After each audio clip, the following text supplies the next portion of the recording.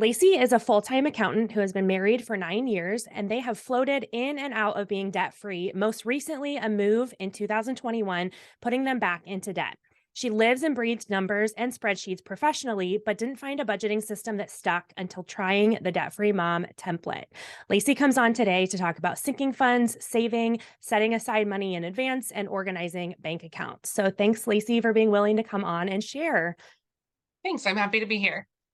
So, before we dive into those two specific topics, can you share a little bit about what you had tried or just not done at all in the past with budgeting? And then what led you to seeing the debt free mom template as something that clicked for you? Yeah. So I have I say always, in my entire adult life, I have planned for my bills and I have always followed my biweekly pay schedule. So part of what clicked for me was that I was already doing that. So it made it a lot easier for the transition. The one thing I wasn't doing was budgeting my expenses. I was saying I have these bills due when I get paid, and then everything else was a free for all. I haven't balanced a checkbook in probably 10 plus years, and I never really needed to. But I found myself returning to work in 2021 from being a stay at home mom and not seeing progress in our financial goals. And so after about a year of that, I'm like, something has got to change. And so when I found the debt free mom and then ultimately purchased your budget spreadsheet, I was able to plan for those everyday expenses that I wasn't calculating or tracking in any shape or form before. And so it's been really helpful to see exactly where our finances are, where they're going, and how to make changes to positively impact our finances. I feel like a lot of times the people who have the most of a shift are those who are paid biweekly. And you said you were already kind of setting up your bills and everything by that biweekly schedule. But for some reason, there's just something about having all of the numbers, both the bills and the spending, like the planned, shopping and clothes and all of that stuff, having it laid out in the same lineup with the way that your pay periods fall, that tends to just be like, okay, now I see why the cash is flowing a certain way. And I love that you were able to pin down what the exact problem was in terms of not having the progress that you expected. And I know that a lot of times where people stop is writing a list of bills, seeing that, yep, like my income can cover all of that and then some. So we're fine. And then just kind of letting it go after that. And then being like, okay, that's a head scratcher that it's all gone, Exactly. because it just ends up being like, I think we underestimate how quickly we're capable of spending pretty decent amounts of cash, right? Because we spend it in little transactions along the way. So we're like, oh, this here and this at Amazon and this is Target, it's all fine. And then suddenly it's not fine.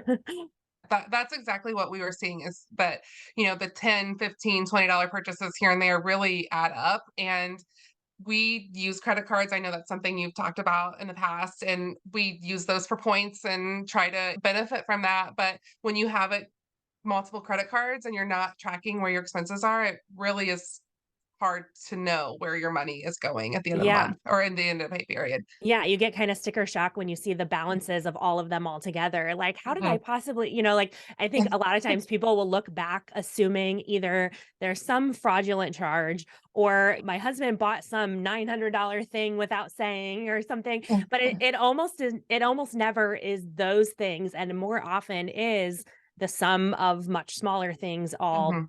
all added together, which is just crazy. So, as you started to then put your numbers into the budget and try to pay attention to not just the bills, but also the spending, what were a few of the categories where you were like, oh, once we actually budgeted amounts for these things that I hadn't been budgeting before, then we started to stay more on track? Did you have a few specific spending kind of categories that really were the focus of your attention? The primary one is definitely eating out. I have 3 kids. My husband works a weird schedule. I work from home.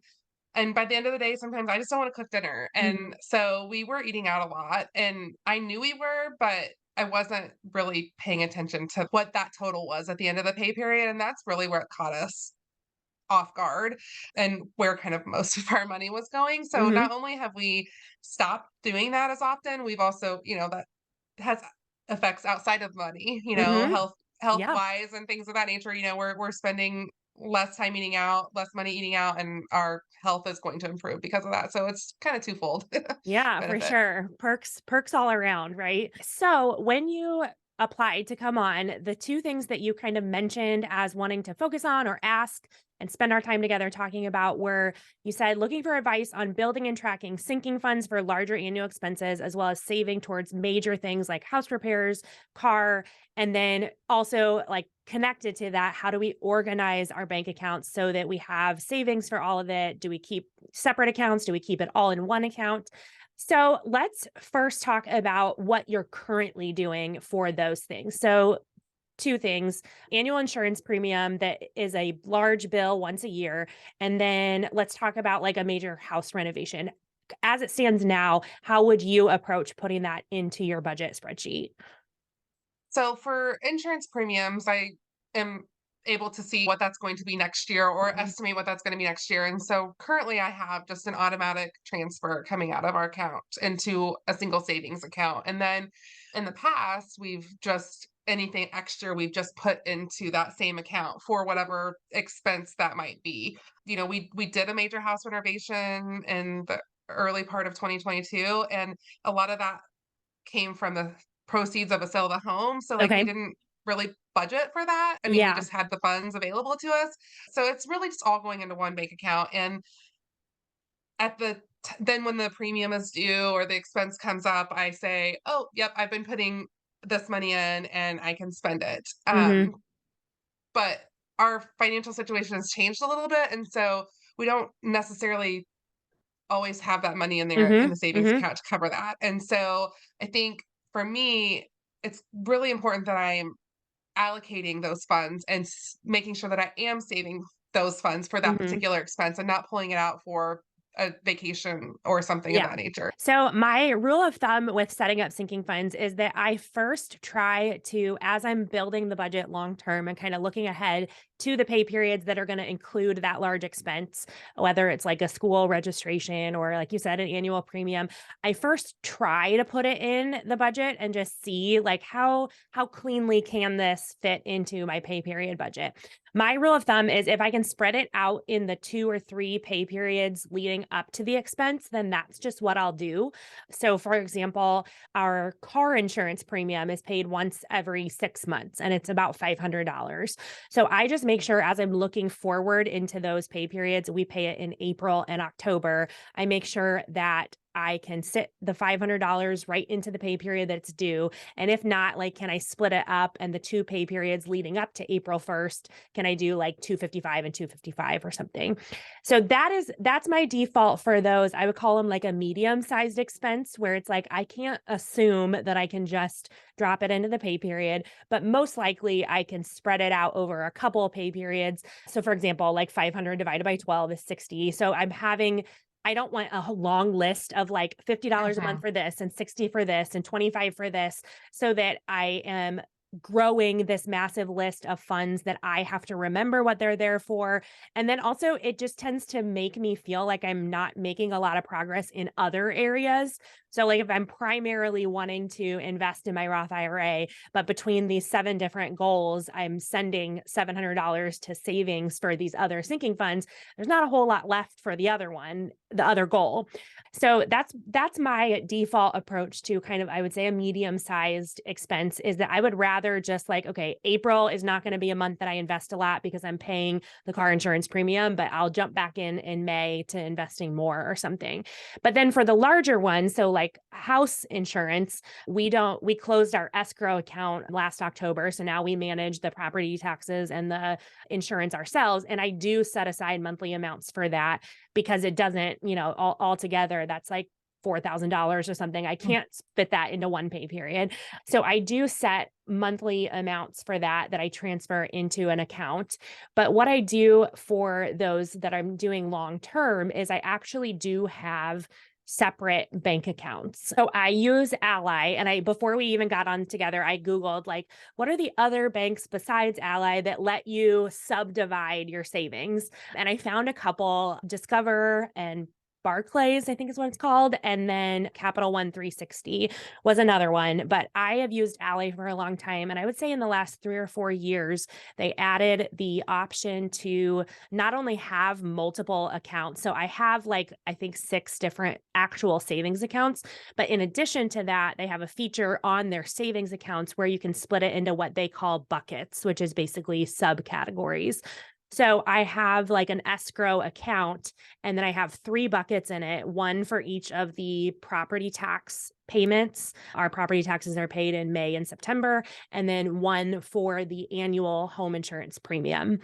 What I love about this is that I don't have to have a separate additional spreadsheet for like tracking that I'm Mhm. on progress with those escrow amounts, because inside of that bucket, I can not only set a goal amount. So if I'm like, okay, the home insurance premium is $1,075. I can actually designate in that Ally bucket, I need $1,075 in this bucket, but I can also tag a date to it and I can say by April 1st. So as I'm adding money into that account and I'm putting it into that bucket, there's a little green bar that kind of fills up. And I know, okay, it's January, we're going to have to pay that in April, and I'm only 50% of the way to that. I'm going to need to target that bucket a little more. So I love that feature because it's visual, it's organized, and it's all in one place. And it prevents me from, like I said, having to then, in addition to my budget, also be tracking what inside of my bank account is for different purposes. As soon as I log in, it'll actually tell me your escrow account has property tax 1, property tax 2, and home insurance, and here's how far you are on the progress. So, do you know, are you at a bank that either allows you to open multiple savings accounts for one person or allows you to subcategorize a single account? I think we can do multiple savings accounts, but I don't it's a very small credit union, so we don't really have the option for the sub accounts, but I briefly heard you mention that, on another podcast, I think, Mhm. and so I it's something that I think is enticing to me to consider because it especially knowing that it tracks your goal Mhm. and, helps track that. It's just I have so much going on in my life that Yes. Yep. adding another thing to track for me and another spreadsheet to manage, Mhm. as much as I love spreadsheets, Yep. Yep. it's just too much. And so I think, hearing you talk about this today and hearing it before in other situations, it's like it's really starting to resonate with me that that might be something that we need to do. We do have a couple of savings accounts, like, we have one that's the family, and then I have Mhm. because at the credit union, you have to have your own. So then Yes. Yep. I have my little one that gets a transfer every paycheck, and that's kind of like our fun money or Christmas, Uh-huh. if a holiday comes up or something. But I really think that having the buckets inside of the account would be very helpful for me. Yeah, and I know initially sometimes it sounds backwards. Like when I explain that, people are like, "Oh, I can't imagine having like 4 different bank accounts with 4 categories in it." But what it does is that once you set it up, you then don't have to be like mentally responsible for remembering what it's for.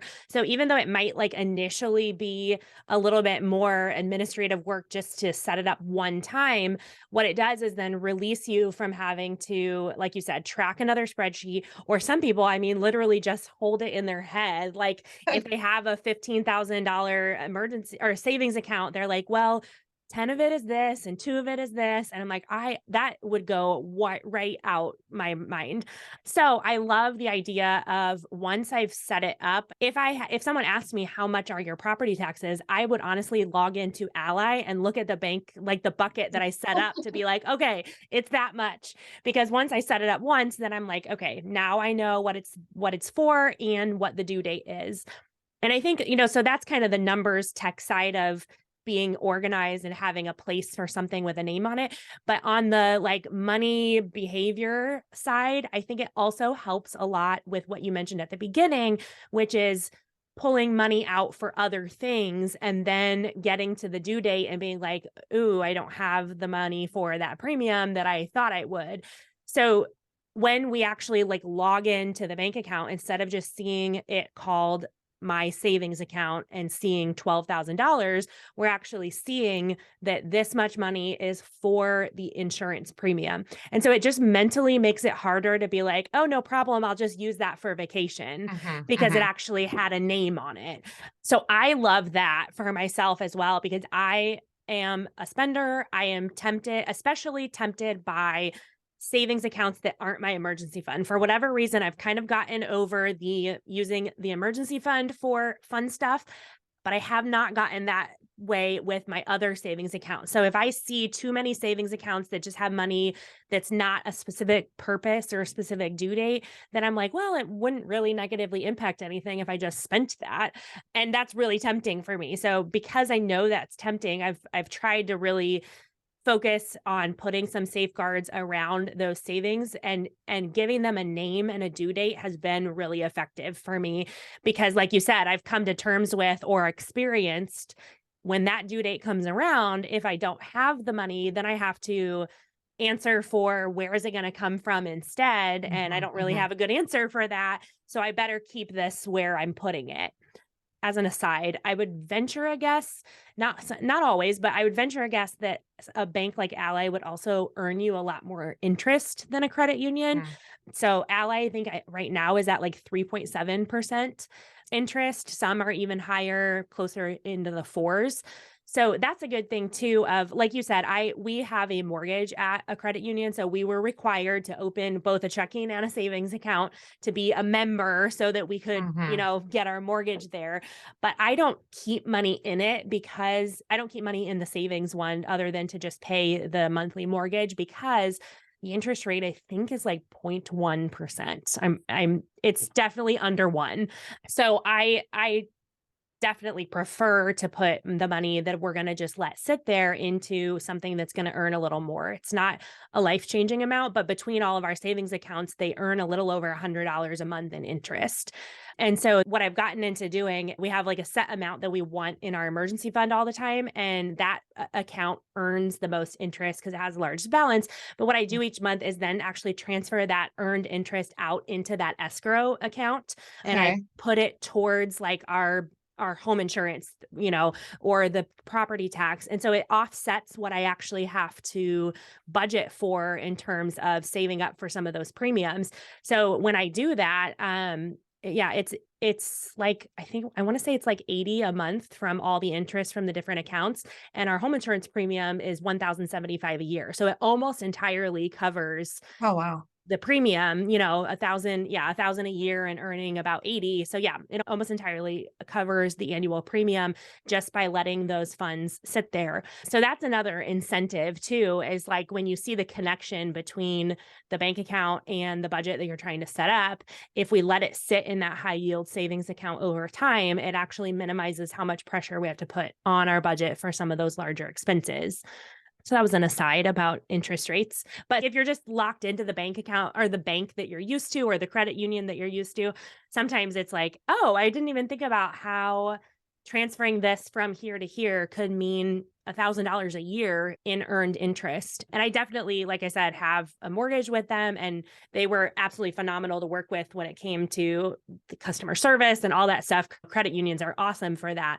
But in terms of where I'm going to park that long-term money, it's not going to be there. So if you don't want to go the route of multiple bank accounts with multiple categories, then really the reality is that the only other way to track it is to have some kind of external tool outside of the bank account, which is going to be like your spreadsheet. Basically, talking to an accountant, I'm not going to assume that you'll use anything other than a spreadsheet to organize it. Some people are like, no, not a spreadsheet. I have found a decent number just by Googling like free Google Sheet sinking fund trackers. I have found a decent number of them out there that would also be an option. Some of them, like if you're always putting the exact same amount per month, some of them you can just put like, this is the starting balance, and I always put 50 a month, and they'll tell you in July you'll have this much, in August you'll have this much. So that would be another alternative to organizing it. But again, I think that involves more of your hands-on effort than it Mhm. does the bank account side, because also the benefit of setting it up having your bank account be organized is that when you make a withdrawal and actually use the money, you don't have to like go into a spreadsheet and record minus $1,000. The bank account is just going to reflect the new balance. As far as sinking funds, when you transfer the money into your one big savings account for like the insurance premium, and obviously you're recording those transfers into the insurance premium, are you currently doing anything to track what, earmark in your savings account, what the different amounts are for, or just writing it down? Like, how are you currently paying attention to what the actual balance should be used for? I'm really not. And I until recently, I didn't really feel like I needed to do that. But I think as I've gotten more of those annual expenses and we've tried to kind of consolidate what's actually coming out of our account every month and pay those annually, Hmm. it's becoming more necessary, and Hmm. it's kind of like counterintuitive. Like, I don't want to pay it every month, but now I'm going to transfer money every month, and Yes, so yes. it's like, why this doesn't make sense. And there's generally not that much savings involved in those, like especially when it comes to premiums. It's a few Mhm. bucks, so Right. it's not really benefiting us in any way. Mhm. So no, I'm not tracking it at all, and Okay. that's where I'm struggling, because if I go to my husband and I say, and he's like, "Can we do X, Y, or Z?" And I'm like, "Oh yeah, we have this much in our savings account." Mhm. It's not really reflective of like what we actually have available to us to Yeah. spend, because some of that money is, like you said, earmarked for something else. And so I just that's where I'm lost and struggling, and I really want to change that so that we're not running into that situation in the future. And it's so true, like you said, to be like, "Oh, well, let's just pay it once a year so we don't have to pay it 12 times." And then we start making 12 transfers into savings. Yeah. And so it's basically the same thing. Anytime there is like a financial incentive to pay something annually, I do that. If they're going to offer, like you said, a couple bucks or whatever, some of them are more substantial if you do one Mhm. year. So I do that if that's available. But otherwise, if I can just do like a auto bill once a month, then I generally do opt for that because I can't then spend it for something else. I can't Mhm. advance myself a vacation when I'm paying a monthly car insurance premium or something. So maybe finding a happy medium for you of like, okay, what are the ones that are the most financially advantageous to be paying once a year? Like, which ones offer you the largest benefit by paying in full instead of paying monthly, and stick with paying those annually. But if you're talking about like you get a dollar or two by paying it in Mhm. full, you may want to just reverse and go back to an auto pay for a monthly bill. Because in your budget, then that's going to be a lot more simple too, because then you can just be like, yep, 17th of every month, we're auto drafted for this amount. And so then that becomes part of your normal budgeting that you then don't have to follow the money and remember to pull it back out and pay that once a month bill. Because sometimes the bills that are paid the least frequently are the ones that we forget to pay, right? Like Mhm. quarterly and annual bills are the worst offenders of like, well, my budget was fine. And then I had this annual bill that I forgot about. So, yeah, finding like, I know, what is it? Amazon Prime offers a decent amount of savings by paying it once a year instead of monthly. But if I can remember right, our car insurance, I think it was $3 a month. Mhm. So Mhm. if by paying $3 a month to have a monthly bill, that means that you're then not stressed annually when that premium comes, then that just might be the price you pay for giving yourself a little bit less budget stress.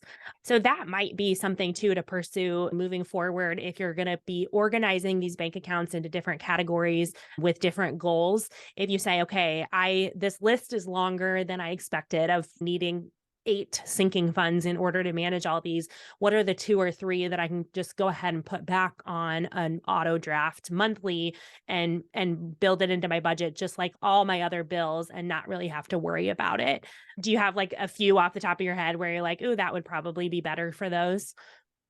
We actually recently did that with our car insurance. So that was one that we were shopping around, but our renewal was coming up, and I'm like, let's Mhm. shop around and find a better rate. And we were able to secure something significantly less expensive. And it was like, I knew when it came due at the year mark, I wasn't going to have it was going to hurt, Yes. to Yeah. have to Yeah. pay that all at once. And so, and I was like, well, let's just go to monthly. And then, yes, it's coming out and I see that money moving, but I should be moving it anyway. I should Right. be accounting for that anyway. So let's just pay it every month. And so we did that with insurance, with our car insurance. We have some other bills that are, insurance bills that are going to stay on that annual cycle. Hmm. But yeah, I think evaluating which ones really benefit us that way, because it's not a benefit when you get to the renewal point and it's like, ouch, Yes, it exactly. really hurts. And it's So, such a like, it's kind of a letdown when the first time you pay it in full, you're like, woo, I'm good for a year. And then you yeah. immediately realize, but now I already have to start planning for the next year. So I'm not really good for a year. Because I think I know I did that with a business expense once. I paid a big business expense a full year. And I was like, woo, I'm good until 2023. And then it came like 2 months before. And I was like, okay, and now I have 2 months to save up the entire amount because it is easy to be like, all right, out of sight, out of mind. Like if it's not coming out of my Mhm. account, then I don't have to worry about it. But it sneaks, just like we said at the beginning, how those small expenses sneak up on us. Those due dates also sneak up on us. Mhm. Do you ever get to the end of the month and think, where did my money even go? Or sit there feeling like you are sick of living paycheck to paycheck? You are not the only one. Over the years that I've spent coaching women and families with their finances, I've discovered 4 common reasons that budgets often fall apart. Not every budget suffers from all 4 problems, but even one of these flaws could make your money management frustrating, unworkable, and unbearable. Join me for a free workshop that will teach you about these 4 reasons budgets fail. You'll learn how to recognize each of the 4 errors in your own budget, correct each error so that your budget is accurate and realistic, and stick with the budget so that it works in your real life. Go to debtfreemom.co/workshop and click on the register button to start your journey toward budgeting with confidence and contentment today. Let's shift towards thinking about some savings goals that don't have a due date, like a house renovation or replacing a car, where it really comes down to your own discipline to get that amount saved up before you make that purchase. You said you just recently did a home renovation with some proceeds from a house sale. Looking forward, do you have like 1 or 2 things that are larger savings goals that you guys have on the horizon for yourself? Yeah, so right now we have some 0% credit cards that we're really focused on trying to pay off before they start getting interest. Uh-huh. But beyond that, we want to do another major renovation in our house. And so I'm like, I want it done now, but there's Mhm. no way that that's something that we can do. And I don't want to have to finance that. I don't want to have to struggle, to cover those expenses, because we've in our home currently, and then in our last home, we were able to pay up front for a couple of renovations, and so that's really nice to be able Yeah. to do. So it's like, a major bathroom overhaul and 2 bathrooms, and then my husband has a work vehicle, but we would like to be able to purchase a vehicle for him, and we've either no car payment or only 1 car payment as a family for almost 10 years, and Mhm. so it's really important to me is that we don't have more than 1 car Yeah. payment. So saving up for a nice vehicle for him is really important as well. So those are 2 things that, like, are kind of on our 3 to 5-year horizon, Yeah. I think. It sounds like you kind of have priorities in order in your head of tackling things. I think it would be really advantageous to pay those credit cards off first that have the 0% interest rate, not only because you then avoid the interest when that due date comes, but also everything that was going to that can then be freed up to make your next goal even faster. So trying to do in the same way that we want to stay away from this with sinking funds. Also, with the financial goals that we're targeting, we don't want to do too many of them at the exact same time because then we're just going to not feel like we're making progress in anything.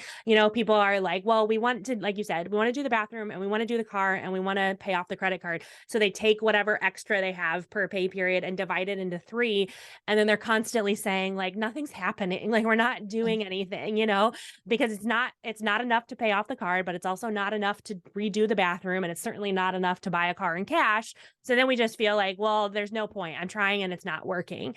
So I really recommend doing like coming up with your next, I would say 2 to 4 goals, and then deciding an order that will help you achieve them the quickest. And so I think in there, number one, paying off the credit cards before they get to that 0%.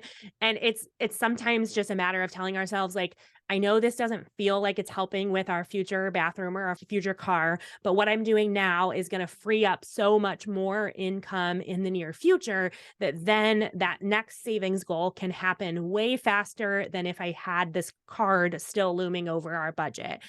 So that's how we can remind ourselves that they are connected and that paying that card off is leading the way to the more fun goals that we like to think about. But then when it comes to a house renovation or a car, sometimes those can actually be where we slow down our progress because it's pretty fun or incentivizing to watch a credit card balance go down, and like, I'm paying this off. And especially when you have that 0% interest, you're like, stick it to the man, I'm not paying them a penny in interest. And then when the only person who knows about it is us, where it's just us transferring money into our own savings account for some way future goal, then that becomes where often our motivation really slows down. So I like to, in those longer periods of time where we're like, oh yeah, well, sure, we could pay for any renovation in cash if we had a 8-year timeline. But if we want to make it even shorter, we're really going to have to be focused. Then I like to set up the timeline, see what we realistically can do. So instead of just being like, well, in order to get there, we have to do $700 a month. And then, without looking at the budget, being like, well, $700 a month just doesn't fit into this budget. So it doesn't matter that you want to do 700 a month, making it realistic. And then also doing some celebrations or rewards along the way with certain benchmarks can help to increase that motivation. Sometimes it's not so much a math problem, it's more of a motivation problem. And so, for example, if your bathroom renovation is, let's just say 15,000, I would do at 5,000, we're going to do this. And at 10,000, we're going to do this. And at 15,000, we're going to do this. And it might not necessarily be even related to the bathroom. I just mean like at $5,000, the two of you are going to a steakhouse or something, some reward where you're like, okay, it feels close enough that I can actually focus more money towards it because I know it can happen in a few months. And then you get that reward and you're like, yes, we checked that box. Now let's go to the next one. At 10,000, the whole family is doing this fun day thing, and then do that. And then all of a sudden, those goals that felt super far away are broken down smaller and tend to come a lot faster. So definitely don't ignore the idea of rewarding yourself and giving yourself benchmarks for some of those longer goals that just are going to take a long time to actually accomplish. Do you have any questions for me, either related to what we've talked about so far, or anything else related to the pay period budget, your savings, anything at all? I do have a question, and I know you've talked on building your emergency funds in place of, or first, instead of paying off those credit cards. And so I'm kind of struggling with that because I get why you say it. If you don't have an emergency fund, you're likely to get back in the same situation as you are right now with your credit cards. Hmm. But then I'm like, but there's 0% interest. And Yeah. so the sake of paying those off before the interest hits, I don't want to divert my attention away and start putting into an emergency fund. So taking those things into consideration, do you Yeah. still apply the same set of advice and the same tips as far as emergency fund first, credit cards second? So the one thing I do say is if you have less than a month of expenses or a month of income, whichever you prefer, then I would say emergency fund needs to be first, because if we target the 0% interest savings, it's like you said, it's pretty likely that something is going to pop up, whether it's an unplanned expense or it's just like we've been talking about these big expenses before that we didn't save enough ahead of time or whatever it might be. So to me, the red flag is when people have less than 1 month of an emergency fund and they're trying to send all their money to their other goals. Now, a few caveats on that. People who have a large gap between their income and expenses, I tend to be less concerned about, because they could skip 1 month of, like, for example, if someone has a large credit card that they're trying to pay off that has 0% interest and they're currently putting $800 a month on that card in order to pay it off. That tells me that if an unexpected expense came up, they could forego paying an extra 800 on that credit card and instead cover 2 new tires on their car or whatever. The double red flag to me is going to be when someone has less than a month of income in emergency fund and a razor thin margin between their income and expenses, which means we have nowhere to turn except to take on debt if something were to come up. So, and you can kind of discern for yourself where you fall in that, but that's the double red flag where I'm like, yes, I know that the math doesn't math when I'm telling you to put money in savings while you have these credit cards. But I think it's a combination of probability that something will go wrong is pretty high. And number two, what we're actually doing is engaging in a cycle breaking behavior, which is going to feel wrong even when it's right. So when we're like, okay, I've always relied on credit cards in order to cover an unexpected expense, and I no longer want to do that. The process of no longer doing that is going to always involve some things that feel wrong because our brain is like, hey, this isn't how we normally do it, but that doesn't make it actually wrong. So if you have at least a little bit of money, and I don't mean that amount in your savings, but you're like, oh, well, actually 1,000 of it is for this insurance premium and 1,000 of it is, I would say if the amount that is unallocated, that's not earmarked for other bills would add up to at least 1 month of expenses, then you could kind of put the brakes on that goal in order to pay those credit cards off. And or if you have a significant gap between your income and expenses where you're dumping a lot of extra cash on that credit card, but you know that if something unexpected came up, you could just pause how much money you were putting onto that credit card and use it for the unexpected expense instead. Those would be the two ways that I would be like, yeah, go ahead and chase down that 0% interest before the due date comes so that you can avoid the interest. The other thing, I just thought of one more thing. There's a difference between cards that are 0% interest, and then when the promo period is done, they start charging you interest moving forward, and other cards that will backdate interest to the day that you took out the card if you don't pay the whole thing off. So the language they usually use is like 0% interest for 24 months versus 0% interest if paid in 24 months. Mm-hmm. So that it takes looking at some of the fine print because every card and every different offer that someone signs up for is going to be different. But if you have a card that you are paying and trying to avoid the interest, and by the time the promo period ends, you have like $200 still on it, the interest is going to be rather small on that. But if you have a card that's like 0% interest if paid in full in 24 months, if you don't pay that down to zero by the end of that 24 months, they will slap you with a giant interest bill dating all the way back to day one of however much you originally took out. Those I would like, I'd be like, do whatever you can to pay that down to zero. Because that can sometimes, I mean, those interest rates can be in the thousands and thousands. Most of them are not like that. Most of them are the 0% interest for 24 months, Mm-hmm. where you just are going to pay interest on the remaining portion.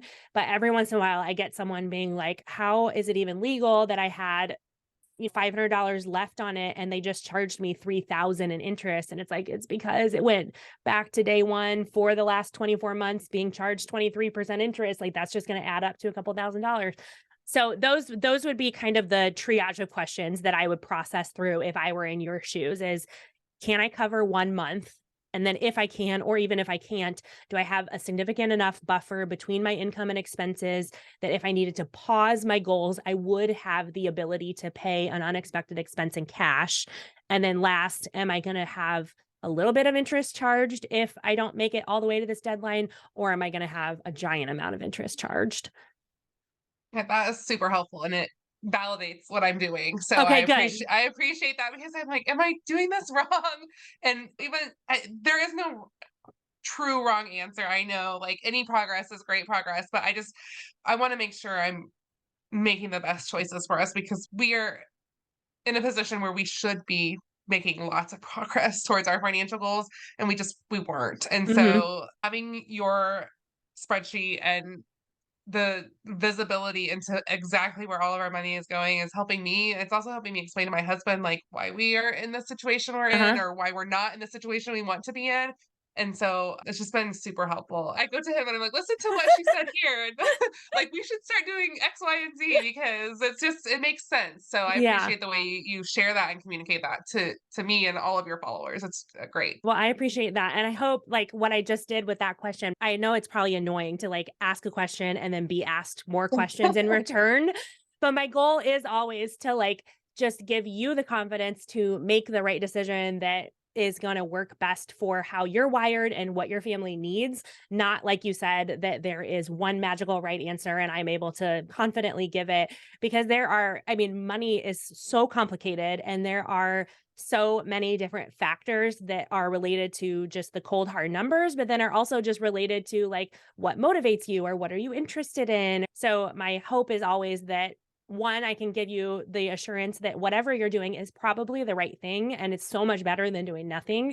But then also to have the thought process that can then also be applied to other questions as more things might come up down the road. So just know that you're probably almost never doing the actual wrong thing because there's very few things that like across the board would be objectively wrong to do, but sometimes it is just a matter of having any outside perspective being like, yeah, you're doing a great job. And it's like, oh, okay, like I am doing okay. Cause it's so easy to just question everything that we're doing. Well, thank you, Lacey, for coming on. We hit the target with our time just exactly right. So I love that. And I really think that with just a little bit of either bank account organization would be my number one suggestion. But number two, if not, a little bit of a spreadsheet organization can help you to feel like you don't have to remember all of the numbers and that you can't steal from your future self to give to some present day expense will help you as those due dates come past to be like, okay, I love having the money sitting there ready to go. Sometimes it just takes doing it, like I said, with those cycle breaking behaviors, doing it one or two times and being so happy that the money was sitting there with the right name on it and the right amount that suddenly we find ourselves grabbing it less and less because we're like, no, I remember how great it felt to have that bill come due and already have that cash sitting there. So I think just a little bit of tweaks to the organization of your bank accounts can really continue to push your progress forward. Yeah, thank you. It's super helpful advice, and I'm so excited to like transition how we're doing things and Yeah. get better. Awesome. Awesome. Well, I'm excited for you. Keep me updated. Let me know if you open Ally and you're like, what is a bucket again? Where is it? I will help you out because I love that feature. Thanks for listening to the Debt Free Mom podcast. If you want to join me as a guest on the show, go to dfmpodcast.com. The Debt Free Mom podcast is hosted by me, Carly Hill, and is produced, edited, and mixed by Kyle Hill. Music for this episode was written by Kyle Hill. Hit subscribe wherever you're listening to join in with every new episode as we grow our confidence and contentment in our personal finances.